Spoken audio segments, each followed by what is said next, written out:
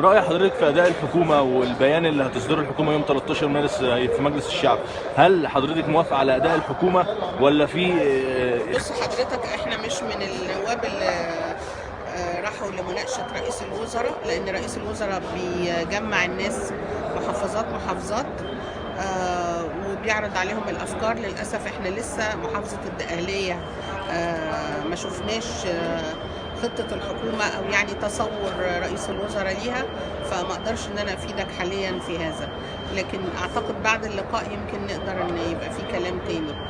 وفي النهاية أعتقد العبرة هتبقى دايما بالبيان لما يلقى في مجلس الشعب، لأن دي هيحصل فيه تعديل، وواضح إن رئيس الوزراء يعني بياخد رأي النواب مجاميع بحيث إن هو يقدر إنه يرسم أفضل برنامج الحكومة.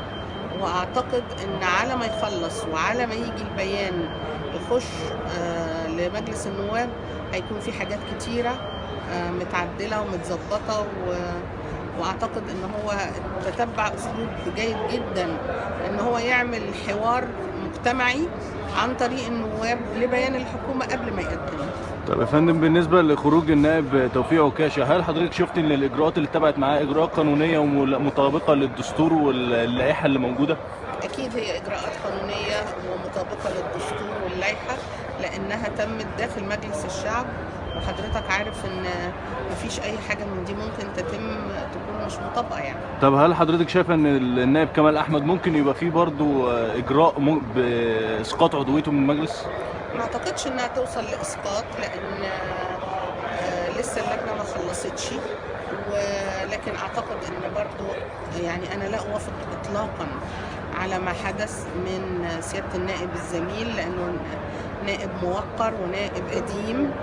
ولو حضراتكم تفتكروا أول مرة قدم لينا استقالة بعد 3 أيام من المجلس، لا مش سري بيه، سيادة النائب أحمد كمال كان هو أول من قدم استقالة، وكان الحقيقة تعليقه أو أسبابه إيه؟ إن هو شايف إن تصرفات النواب لا تليق.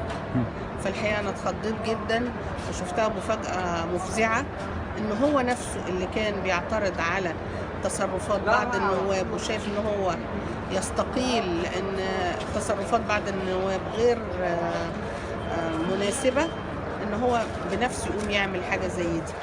طب يا فندم، بالنسبه للمواد الخلافيه في اللائحه الداخليه زي الماده بتاعت الائتلافات، النسبه العاليه نسبه 25%،